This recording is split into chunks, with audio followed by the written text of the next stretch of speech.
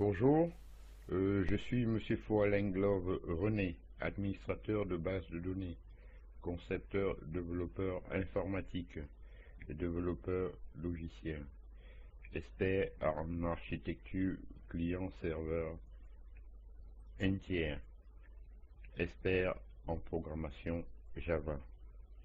Aujourd'hui, dans la continuité du cours précédent sur l'instance Oracle et plus précisément la SharePool, nous allons commencer une description de cette SharePool. La SharePool est composée principalement de deux structures, la library cache, le dictionnaire cache. Le library cache contient des informations sur les ordres SQL et PLSQL les plus récemment exécutés, c'est-à-dire le texte de l'ordre, sa version analysée, le plan d'exécution. Le dictionary cache contient les informations du dictionnaire de données Oracle, le plus récemment utilisé, à savoir description de table, droits des utilisateurs, etc. Le SharePool est globalement dimensionné par le paramètre SharePool Size. La répartition entre le library cache et le dictionary cache est assurée par Oracle. La taille du SharePool est typiquement comprise entre quelques dizaines de mégaoctets et quelques centaines de mégaoctets. Le library cache. Lorsqu'une requête doit être exécutée, Oracle doit d'abord analyser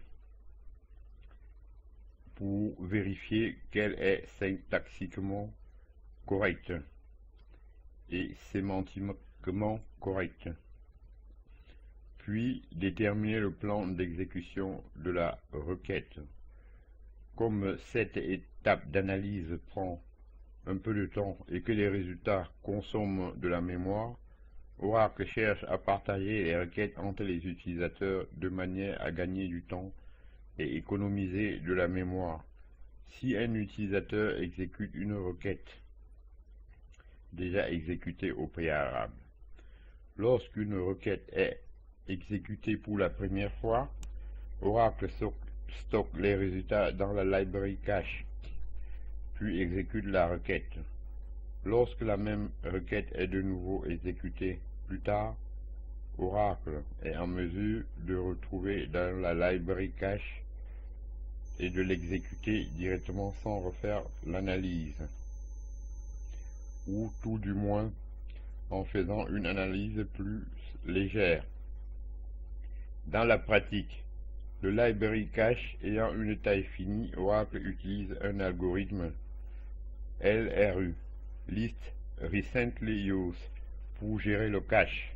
En cas de manque de place, Oracle supprime du cache la requête utilisée la moins récemment. Pour Oracle, deux requêtes sont les mêmes si elles sont identiques au caractère près. Lorsque les requêtes sont générées par un applicatif, il n'y a généralement pas de problème sur les majuscules et les minuscules ou les espaces. Lorsqu'un utilisateur demande une fiche client, la requête sous-jacente est toujours écrite de la même manière, sauf peut-être pour les valeurs utilisées dans la clause where. Dans ce cas, l'identité parfaite peut être obtenue en utilisant la variable bind dans le texte de la requête. L'utilisation de la variable bind dans le texte de la requête doit, lors du développement ou sinon, permet d'améliorer le partage des requêtes et peut améliorer de manière importante la performance d'un système accédé simultanément par un grand nombre d'utilisateurs.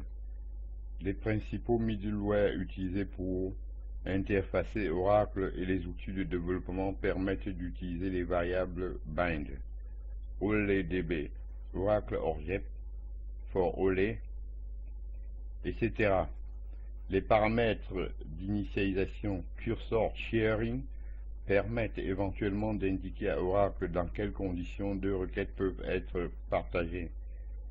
Pour plus d'informations, je vous invite à consulter la documentation. Le dictionary cache, comme nous le verrons plus loin, en l'occurrence dans le dictionnaire de données, nous aurons beaucoup plus d'explications. En effet, dans le dictionnaire de données, Oracle stocke toutes les informations relatives à la base de données. Liste des tables et des colonnes, liste des utilisateurs et leurs droits, informations sur le stockage. Lors de la phase d'analyse d'une requête, Oracle utilise le dictionnaire de données pour vérifier que les objets demandés existent, que l'utilisateur a le droit d'y accéder pour déterminer où stocker les objets.